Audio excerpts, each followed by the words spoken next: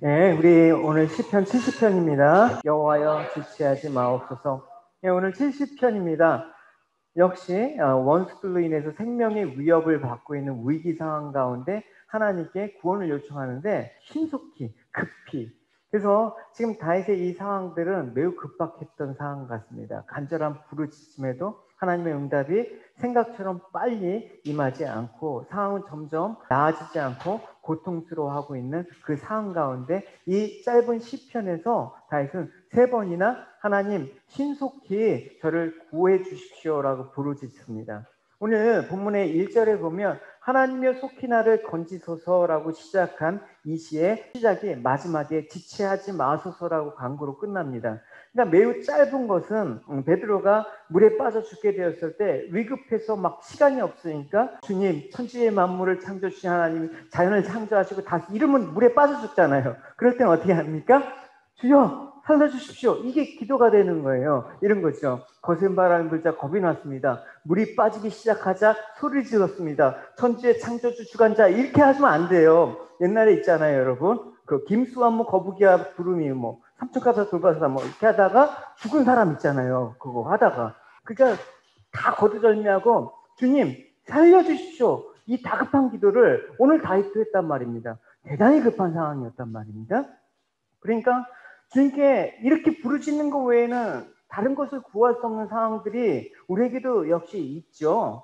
이 다윗은 지금 사울왕에게 쫓기던 때 그의 적들이 그의 공경을 보고 아주 기뻐했습니다. 아, 잘됐다. 그러면서 조롱하고 핍박하는 그런 상황 가운데 이 다윗은 점점 이제는 주님의 손길이 미치지 않고 파멸의 순간이 다가오는구나라는 그런 느낌이 옵니다.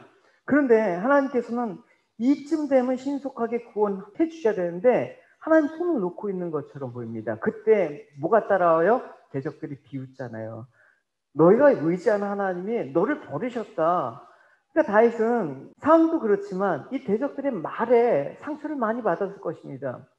물론 기도의 응답이 지체되는 것은 하나님의 능력이 없어서 그런 건 아니죠. 첫째, 우리가 주는 설교 때 하나님께서 너무 빨리 응답하면 우리가 스스로 아니면 하나님이 조금 보태주셨는데 내가 열심으로 응답받은 줄 알고 교만해질까 봐. 또 한 가지는 여러분 한번 생각을 해보십시오. 조난당한 배가 조난 신호를 보낼 때 부근에 배가 있는데 배들이 그냥 지나치지 않을 거예요. 밤이라도 부근에 있는 배들이 그 조난 시절을 받으면 바로 그쪽 그 지점으로 달려가죠. 국적을 불문하고 그런 인도적인 차원에서 구조를 한단 말입니다. 하나님은 자비와 긍휼이 무한하시지 않습니까? 우리의 작은 신음에도 하나님 귀에는 천둥처럼 들린다라는 것입니다. 우리는 안 들리지만 여러분 그 자녀가 위급할 때나 자녀가 막 그 아플 때 하는 그 신음소리를 누가 제일 크게 들어요? 엄마는 그걸 천둥소리처럼 듣잖아요. 그러니까 잠을 못 자는 거죠. 그러니까 하나님은 우리의 기도를 너무나 잘 들으세요. 미처 우리가 구하지 못한 부분, 또 말로 생각나지 못한 부분까지도 이해하고 알고 계세요. 그렇다면 조난 신호를 받았음에도 불구하고 하나님의 응답이 늦어지시는 이유가 뭡니까? 하나님의 시간과 우리의 시간이 다를 수 있기 때문에 그런 것입니다. 하나님은 지체하지 않지만 또 반면에 서두르지도 않습니다. 주님은 가장 적당한 때에 응답하십니다. 할렐루야. 그래서 다윗은 결국 하나님의 도우심을 받지 못한 채 하나님께 구했는데 결국은 죽었다. 이렇게 끝나지 않지 않습니까? 다윗이 가장 정확한 늦는다고 생각할 때 하나님 서두르시지만 다윗의 뜻대로 그 시간에 응답하지 않는 그런 하나님의 계획은 완전하시다.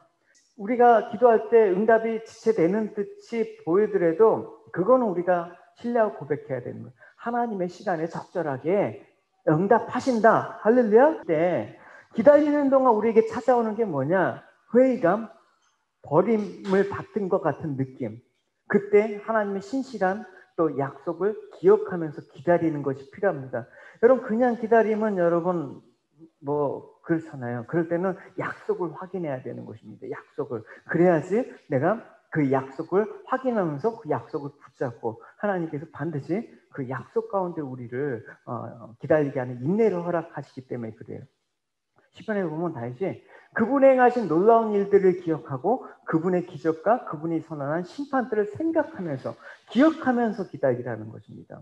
여러분, 감옥에 있는 요셉이 하나님께서 자유를 주실 때까지 어떻게 했습니까? 기다렸다. 하나님께서 반드시 나를 자유를 주실 것이다 라는 그런 약속의 말씀, 요셉에게 꿈을 허락하여 주셨잖아요. 그 꿈을 생각하면서 나는 감옥에서 죽지 않을 것이다 라는 마음으로 기다렸단 말입니다. 이스라엘이 애굽의 노역 가운데 400년을 부르짖을 때 하나님께서 분명히 아브라함을 통해서 이스라엘을 선택하시고 400년 동안 종살이 할 시점에 다 끝나고 구해주신다고 얘기했습니다. 분명히 하나님께서는 정확하게 약속하신 그때에 맞춰서 모세를 보내서 구원하셨단 말입니다.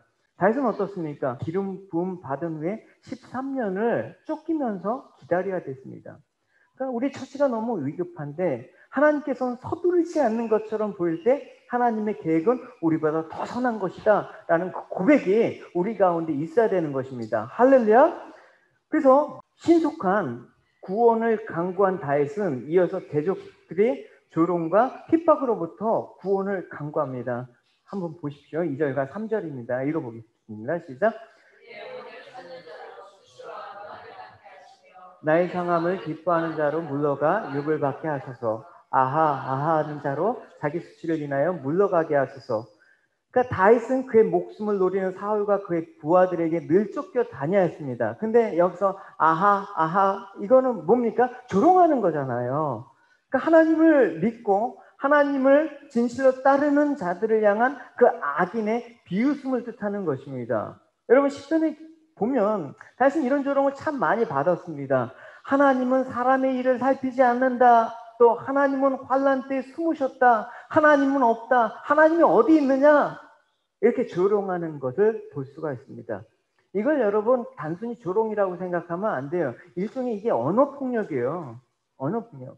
듣는 이로 하여금 수치감을 주는 거라면 여러분 내가 생각하기에는 별로 심한 말이 아닌데 상대방이 수치를 느낀다면 그거는 폭력이 되는 거예요. 그걸 뭐라고 합니까? 성폭력이 되는 거 아닙니까? 여러분 이런 것들이 우리 안에 되게 많다라는 거예요. 여러분 어떤 직장 생활이나 사회생활이나 그렇게 서슴없이 하는 그런 언어적인 폭력 가운데 우리는 알게 모르게 상처를 입습니다. 또 여러분 교통사고 가운데 오늘 저기 연수자매님이 뭐 사고가 나갖고 힘들어 하루를 보내는데 그 가운데서도 딱 내리자마자 욕부터 하는 거잖아요.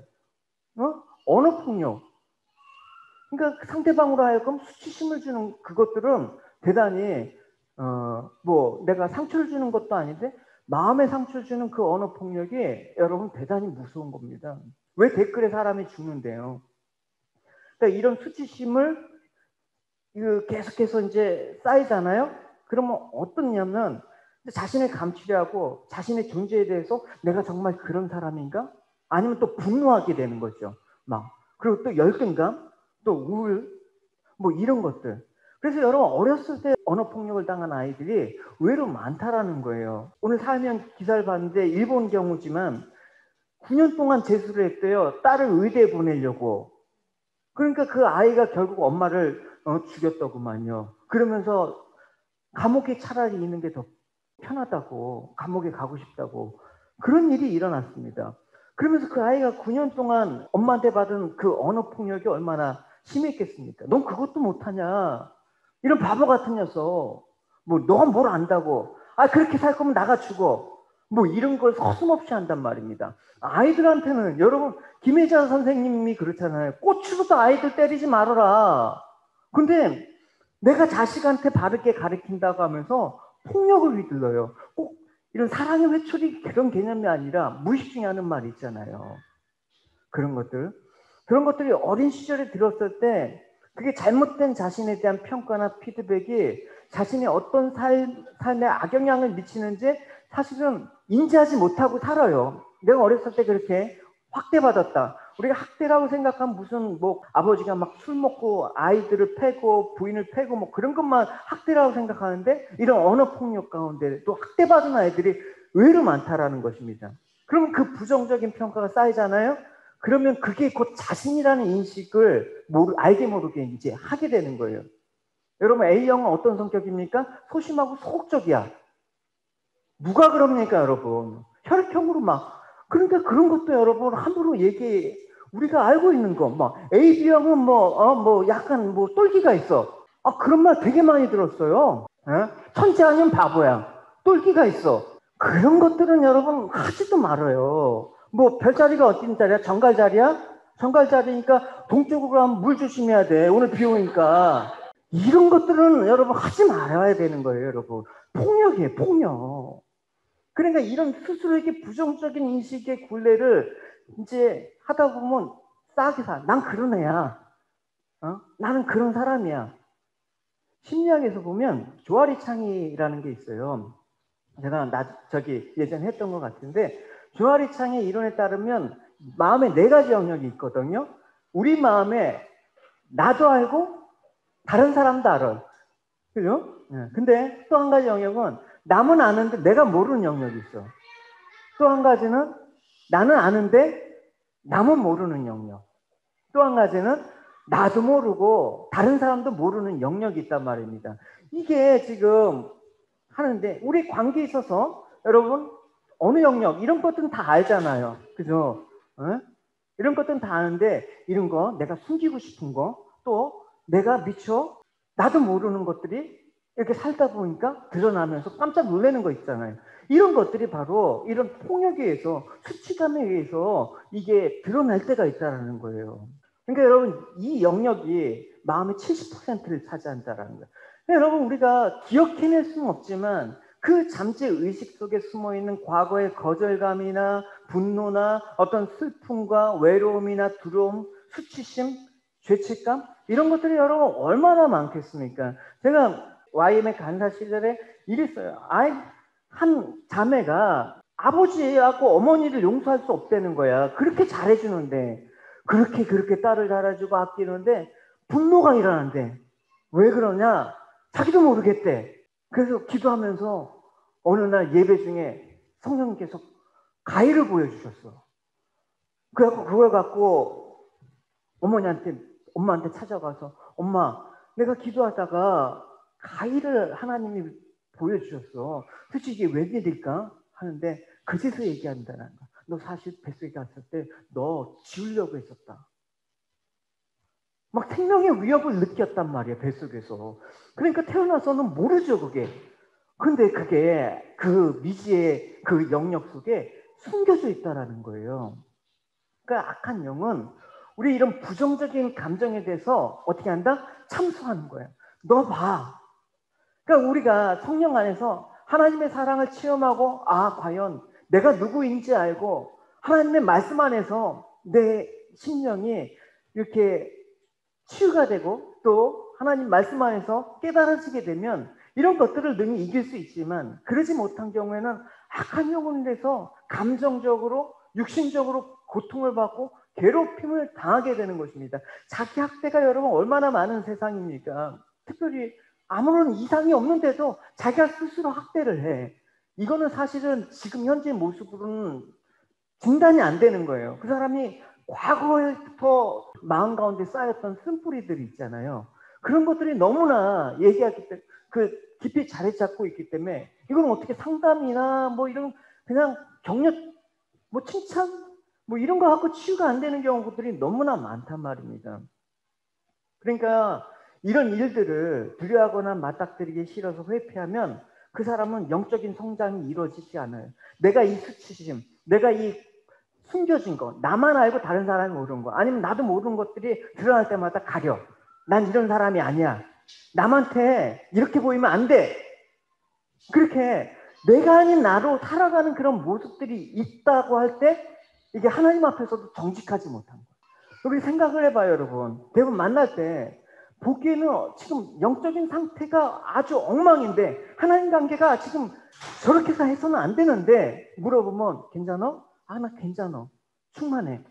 이렇게 반응이 나온단 말이냐? 그럴 때는 안 그러죠. 나 지금 괜찮잖아. 나 이렇게 살면 진짜 안 될 것 같아. 근데 내 힘으로 어쩔 수 없어. 이런 고백이 차라리 건강하다라는 거예요, 여러분. 그러니까 우리는 부정적인 감정들을 내보이는 거에 대해서 두려워한단 말입니다. 그럼 자녀들이 막 그렇게 할 때 그런 것들을 잘 보듬어 줄 수 있도록 해야 되는 거예요. 그러니까 여러분 우리가 수많은 방어 기제를 활용해요. 내가 이렇게 내 약점을 보이면 저 사람이 나를 어떻게 평가할까? 저 사람이 이걸 갖고 나를 공격하겠지? 그러면서 방어 기제를 표출하면서 내면으로 올라오는 여러 가지 부정적이고 악한 감정을 누르고 살아요. 그럼 겉으로는 다른 사람이 좋아 보이는 모습으로 인정받기 위해서 산단 말입니다. 그러니까 가면을 쓰고 살아간다라는 것입니다. 그러니까 여러분 오늘 다윗이 자신이 어려운 처지가 있게 되었잖아요. 그러니까 마치 자신들이 승리하고 기뻐하는 원수들로 하여금 오히려 수치와 무한을 당케 해달라는 것입니다. 그들은 수치가 뭔지 몰라요. 악인조차도 자기들이 왜 이런 악한 일을 하는지 사실은 모를 때가 있어요, 여러분. 악한 일을 하는 사람이 자기가 알고 하는 사람들은 진짜 뭐 그런 사람도 있겠지만 내가 대부분 하는 일은 좋다라고 생각해요. 정의라고 생각해요. 이렇게 하는 게 옳다라고 생각을 해요. 그러니까 다윗이 이 원수들로 하여금 오히려 수치와 무한을 당하게 하다. 그들의 수치가 뭔지 깨닫게 해주심으로써 나의 이 모욕을 걷어주십시오. 여러분 우리가 이런 기도에서 뭘 생각할 수가 있습니까? 성도들을 핍박하는 원수들로 하여금 수치와 무한을 당하게 하기 위해서는 하나님이 우리에게 힘을 주심으로 말미암아 원수를 물리치게 하셔야 돼. 하지만 하나님은 우리의 그 수치, 원수들로 받던 수치를 그런 방식으로 해결해 주시지 않습니다. 내가 가난에 막 힘들어 있을 때 하나님께서 그래 돈으로 한번 그 가난한 것들, 가난으로 인한 당한 수치를 한번 마음껏 풀어봐. 이런 식으로 안 한단 말입니다. 성도에게 힘이 주어져야지 내가 나를 괴롭혔던 원수에게 수치와 무한을 줄 거야. 하나님께서는 그렇게 해결 안 해요. 오히려 그것은 힘으로 살아가는 세상의 방식에 어울리는 거예요. 사단이 세상을 지배하는 방식에 하나님께서 그와 똑같은 방식으로 여러분 우리의 수치심을 걷어가시겠습니까? 그런 방식으로 안 합니다. 그러니까 내 속에 있는 수치심을 치유해 주시는 것이 아니라 가리기에 적합한 방식으로 신앙생활하는 모습이 그래서 나오는 것입니다. 하나님께서 왜 바리새인에게 위선된 모습으로 그렇게 지적을 하셨습니까? 세상의 방식대로 신앙생활을 해왔기 때문에 위선이 되는 것이지요. 그래서 하나님께서는 자기 백성을 세상에서 힘 있는 자로 만들어서 승리하고 영광을 받으실 분이라면 애초에 예수님을 그렇게 비천한 자리로 안 보내셨죠. 로마의 황제의 아들로 보내셨겠죠. 근데 십자가에서 죽으시면 안 되는 것이었습니다. 근데 십자가야말로 세상이 볼 때는 철저하게 실패의 자리에 예수님이 오셨다라는 거예요. 힘없이 달려 죽은 모습을 보면서 세상이 볼 때는 실패한 모습이고 연약한 모습이고 세상에서 기다리는 구세주와 너무나 동떨어진 모습으로 하나님이 직접 오셔갖고 승리하셨다라고 얘기하고 있습니다. 그럼 하나님이 승리하셨다라는 건 뭐냐? 로마를 군대로 무너뜨리셨습니까? 하나님께서 예수님을 세상에 말미암아 죽게 하시고 부활케 하심으로써 세상의 악에 대해서 승리하고 영광을 받으신 것입니다. 사망을 이기신 것입니다. 세상은 실패 자리를 원치 않잖아요. 아무리 하나님의 뜻이라도 세상이 볼 때, 남이 볼 때 실패와 고통의 길은 거부한단 말입니다. 우리가. 근데 예수님은 그런 방식을 거부했단 말입니다.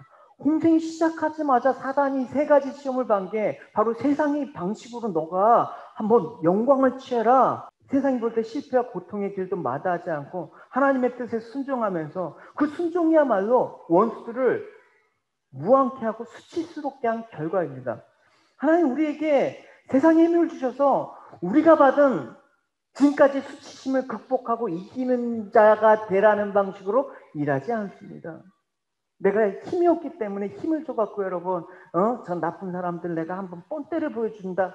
이렇게 하나님께서 말씀하신 적이 어디 있습니까? 오히려 낮아지고 세상을 거부하는, 세상이 추구하는 반대 방향으로 가서 하나님을 대적하는 원수를 오히려 수치와 무한을 당하게 하시고 영광을 받으시는 것입니다. 그러니까 우리 승리는 우리가 고통과 낮아짐과 멸시의 길이라고 해도 세상을 거부한다고 해도 우리는 그 길을 택해.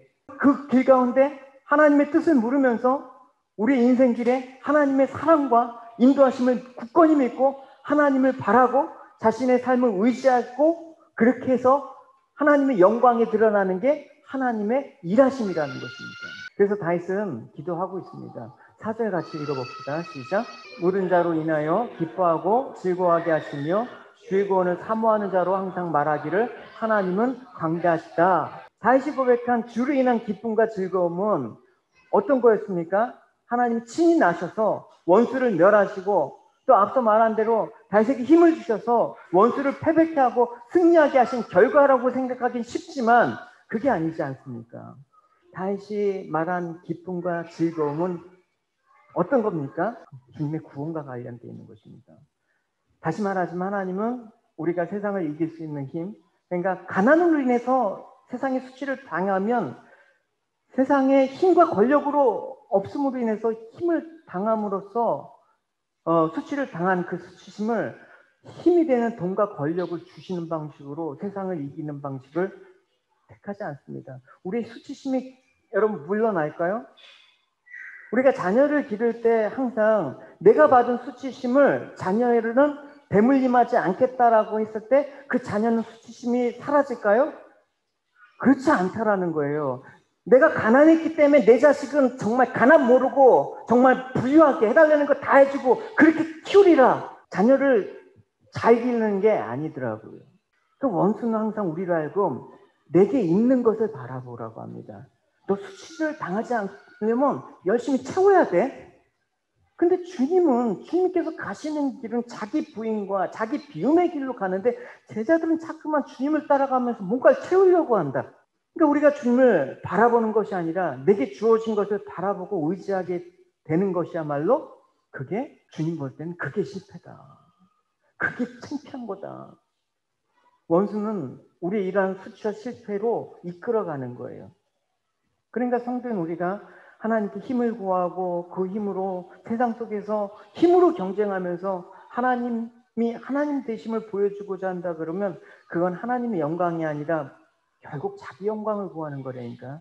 그게 실패, 그게 수치라는 걸 우리는 알아야 되는 것입니다. 그러니까 주로 인한 기쁨과 즐거우면 내 자신을 바라보는 사람에게는 절대 있을 수가 없는 것입니다. 왜냐하면 자신을 바라본다라는 건 결국 뭐예요? 자신의 외적 조건을 내세운다라는 건 의미해요.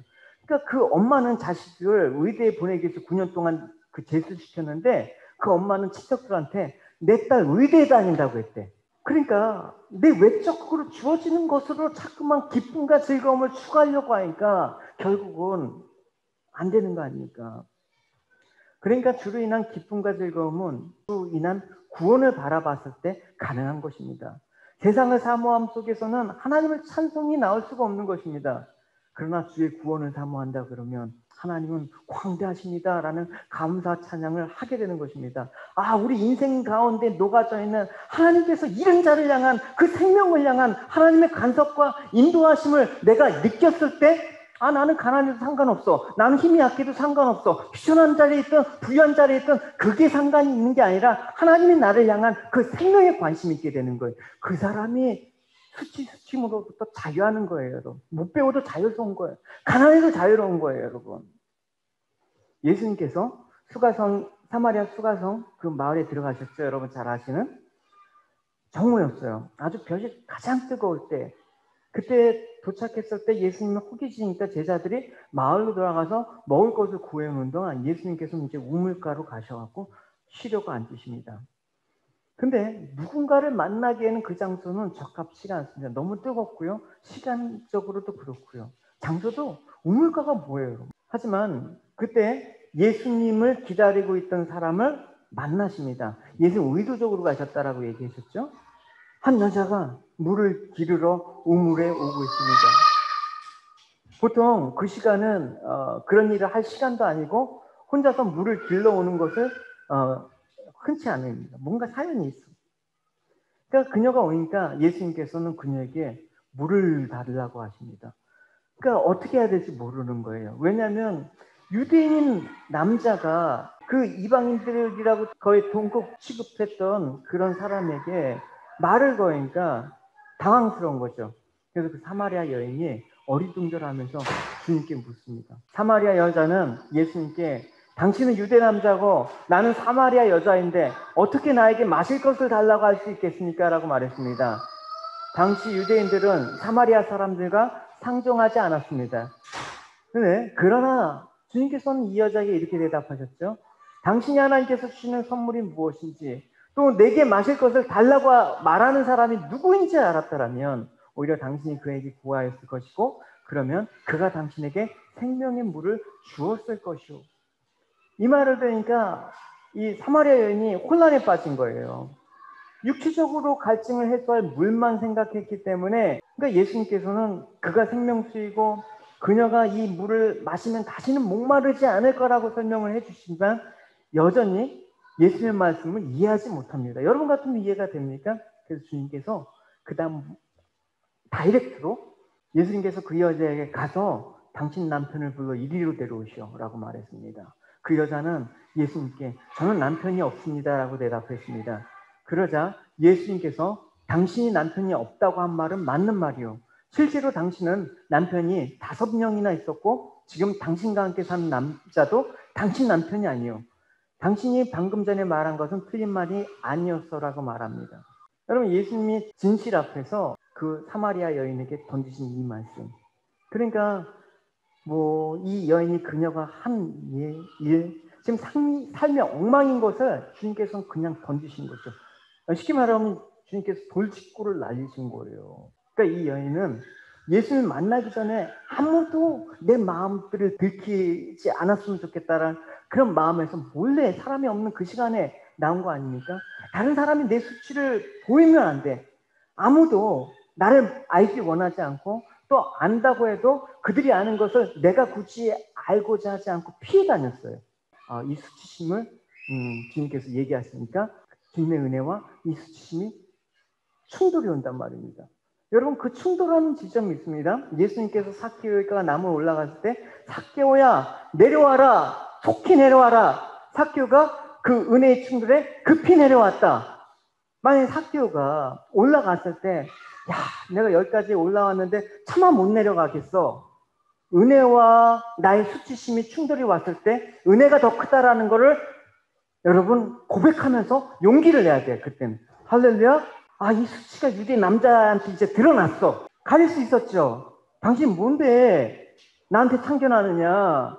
내가 왜 이런 걸 말해야 되느냐. 도망갈 수도 있었죠. 그렇게 하나님의 은혜가 나를 공격해 올 때 아름다운 상황들이 펼쳐지는 거예요.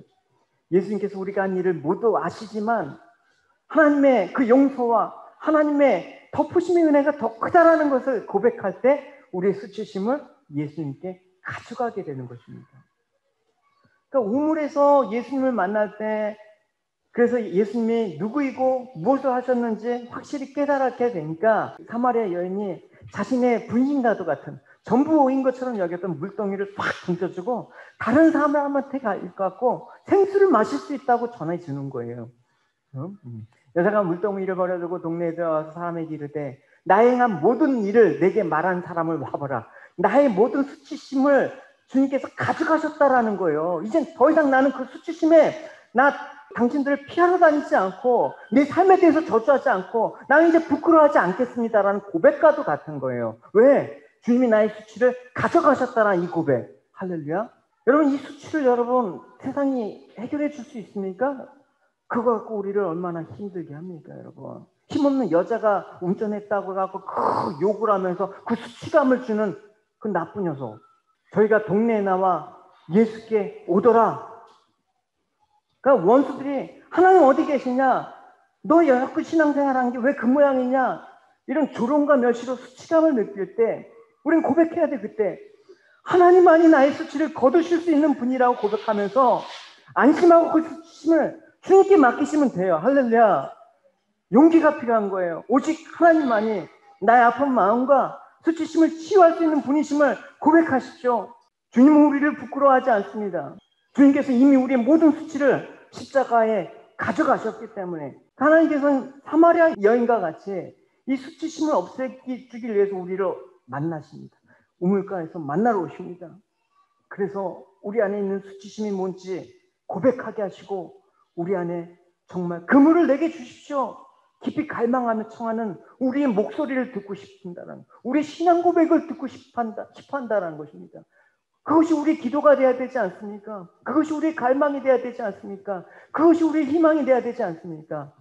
바로 그 목소리를 다윗이 5절에서 고백한 거예요. 가난하고 궁핍하오니 하나님이여 속히 내게 임하소서. 주는 나의 도움이시오. 나를 건지시는 자시오니 여호와여 지체하지 마소서. 이 가난과 궁핍이 뭐 물질적인 가난을 의미하는 겁니까? 내가 가난하니까 돈 주십시오 이런 거겠습니까? 다윗이 하나님을 자꾸 원수에게 부탁하는 까닭은 뭐냐? 저는 원수를 이길 힘이 없습니다라는 고백이에요. 내가 원수에 대해서는 나약한 존재일 수밖에 없습니다. 우리 힘으로는 아무것도 할 수 없습니다. 우리 힘으로는 나의 수치심을 해결할 방법이 없습니다. 힘을 주어서는 안 되지만 여러분 또 갖고 있는 그동안 자라면서 여러분이 알게 모르게 드러나는 그 수치심을 주님 앞에 던지셔야 되는 거예요. 그래야지 치유가 되는 거예요. 그래야지 우리가 그 영적 성장이 이뤄가는 거지, 계속해서 그것들을 꽁꽁 닫아놓고 신앙생활을 하면 너무나 힘든 신앙생활을 하는 거예요. 성경 앞에서 가슴을 치면서 죄인인 저를 불쌍히 여겨주십시오라고 통해한 세리처럼 야곱이 자기 지혜를 의지하면서 살아왔고 고향을 돌아오는 게 형 에서가 자기를 죽이려고 400명의 군사를 데리고 오네. 근데 형 에서를 만나기 전에 어떤 일이 있었습니까? 야복강 나루터에서 천사와 씨름했죠. 왜 씨름합니까? 가난하고 궁핍한 자신의 실체를 봐서 하나님이 나를 살리시지 않으면 나 형한테 죽을 것 같아요. 이 고백을 하지 않았겠습니까? 내가 세상에 맞짱 뜨게 해서 힘을 주십시오. 이게 아니라 하나님이 붙잡아 주지 않으면, 이런 현실을 바라보는 성도는 하나님께 세상을 이길 힘을 달라고 하기보다는 힘이 되시는 하나님을 신뢰합니다라는 고백을 하게 된다라는 것입니다. 하나님께서는 이미 약속하지 않았습니다. 내가 사단의 머리를 깨트려 버렸다. 우리를 죄에서 자유롭게 해주실 수 있는 분은, 나의 결박을 풀어주실 분은, 나의 수치를 끊어주실 분은 주님밖에 없습니다. 되게 많이 있어요, 여러분. 우리가 성인이 돼서도 아직도 이 수치감이 해결되지 않는 부분들이 너무 많아요. 근데 알면 좋은데 나도 모르는 이것들이 너무나 많아요. 부모로부터, 내가 어렸을 때 권위자로부터, 학교에서 선생님으로부터, 친구들로부터, 이런 많은 수치심들을 우리가 어떻게 해결한다고요, 여러분? 없는 것처럼 아무 문제 없이 산다고 해서 사라집니까? 결국은 드러나잖아요.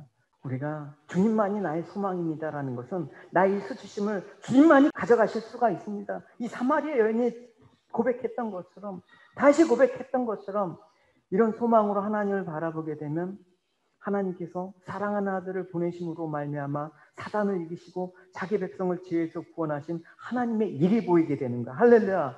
이걸 통해서 우리 가정을 구원하기 위해서 하나님께서 나를 보내셨구나. 이 모든 일이 하나님께서 하신 일이라고 인정할 때 다윗은 말하잖아요. 그래서 주는 나의 도움이시고 나를 건지실 자십니다. 그러니까 이런 고백은 나의 필요와 약함에 대한 것뿐만 아니라 주님을 향한 깊은 신뢰와 그 갈망을 고백하고 있는 것입니다. 세상과 자신을 보면 나을 것은 뭡니까? 실망과 불만밖에 없는 것입니다. 내가 오늘도 살아가고 있는 이 생존의 모든 조건들이 불만족스럽게 여기는 거예요. 그냥 자족하는 게 아니라 뭐가 좀 더 있으면 좋겠어. 나는 왜 뭐가 없지? 하루하루 살게 하신 하나님의 은혜로 만족하지 못하는 거예요. 일용할 양식만 구해야 되는데 일용할 양식 갖고 만족을 못해요.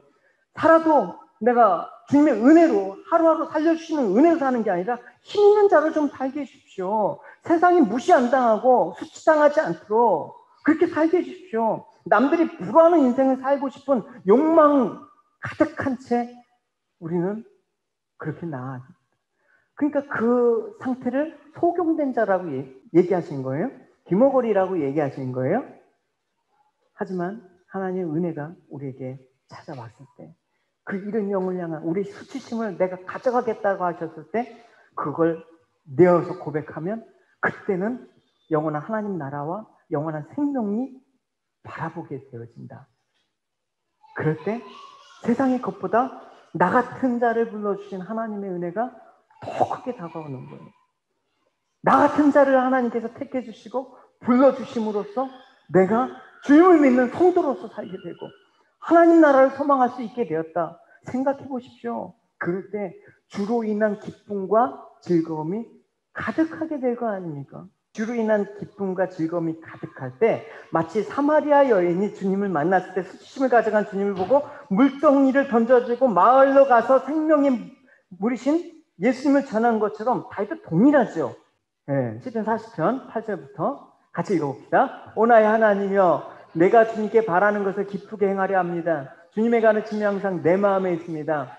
내가 많은 사람들이 모일 때 주님의 의로우심을 알겠습니다. 내가 잠자코 있지 않으리라는 것을 여호와께서는 아십니다. 나는 주님의 의로우심을 내 마음속에 감춰두지 않습니다. 주님의 성실하심과 구원에 관하여 말합니다. 나는 많은 사람들이 모일 때 주님의 사랑과 진리를 숨기지 않았습니다. 기쁘게 행하려 하는 그 까닭은 주님의 구원하심, 주님의 의로우심 가운데 나를 의롭게 하신, 나의 수치를 덮으신, 나의 허물을 가져가 주신 주님을 바라봤기 때문에 내가 주님의 의로운 자가 되었어. 나의 수치를 가져간 자가 되었어. 그래서 나는 이제 주님의 사랑과 진리를 숨기지 않겠습니다. 하나님을 사랑하는 자는 하나님 바라고 행하는 것들을 즐거워하기 마련인데 하나님 우리에게 뭘 바라실까? 하나님 뭘 깨달으실까?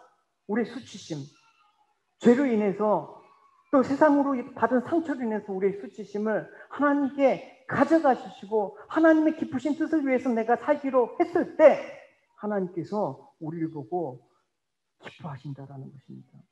그러면 우리도 그 기쁨 가운데 일을 하잖아요.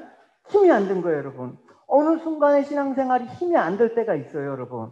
어느 순간에 기도가 힘이 안 나고 정말 기도가 하나님 보좌로 쫙 올라가는 그런 느낌이 있어요, 여러분. 찬양을 드릴 때 하나님께서 이 찬양을 기뻐 받으신다는 그런 마음이 있어요. 그럴 때 그 찬양과 기도는 엄청나게 힘이 있습니다. 신명기 33장에 보면 하나님께서 이스라엘 백성에게 너희들은 행복한 사람이다라고 말을 해요. 그럼 모세가 왜 이런 말을 합니까? 하나님이 이스라엘에게 원하는 것들을 다 이루어 주셨기 때문에 너희들은 행복한 사람이다라고 얘기했을까요? 그때 상황들은 이스라엘이 오랜 광야 생활로 인해서 피곤하고 지친 상태였어요. 너무나 힘든 상태에서 너희들은 행복한 사람이야. 이러면 여러분 같으면 어떻게 반응하세요? 지금 날 놀리냐? 뭐 이런 말 하지 않겠습니까? 근데 이스라엘을 행복한 자라고 말하는 것은 이스라엘처럼 하나님의 구원을 얻은 백성들이 없기 때문에 행복하다고 말하는 것입니다. 그러니까 단순히 구원을 얻었으니까 너희가 행복자라는 것이 아니라 너희들이 구원을 얻은 다음에도 계속해서 광야에서 원망하고 불평했잖아. 그럼에도 불구하고 너희를 버리지 아니하시고 하나님의 긍휼과 자비하심으로 너희들을 지금도 붙잡고 계시니까 너희들은 행복한 사람 아니냐. 할렐루야. 세상에 속하고 해 아래 있는 것 중에 실증나지 않고 영원히 즐겁고 기쁜 일은 없다. 원하는 것은 모든 것들이 얻는다고 해도 우리를 행복해 주게 하는 것은 없다. 우리에게 진정한 수치는 이 기쁨과 구원의 기쁨과 즐거움이 없는 상태에서 세상의 것이 없음으로 인해서 낙심하는 게 수치예요. 이게 주님의 십자가를 모욕하는 거예요, 여러분. 항상 여러분이 생명의 문제에 마음을 두시고 주님의 십자가를 바라보십시오. 주님께서 세상을 어떻게 이기셨는가? 그 십자가에서 우리 수치를 어떻게 가져가셨는가? 그럴 때 주님이 행하신 모든 일은 나한테 기쁨이고 즐거움이 되는 거예요. 그래서 주님의 은혜를 깨닫고 은혜로 말미암아 살아가는 여러분 삶에 지금까지 기대하지 못했던 새로운 차원의 기쁨과 즐거움이 여러분 삶에 있기를 주님의 이름으로 축원합니다.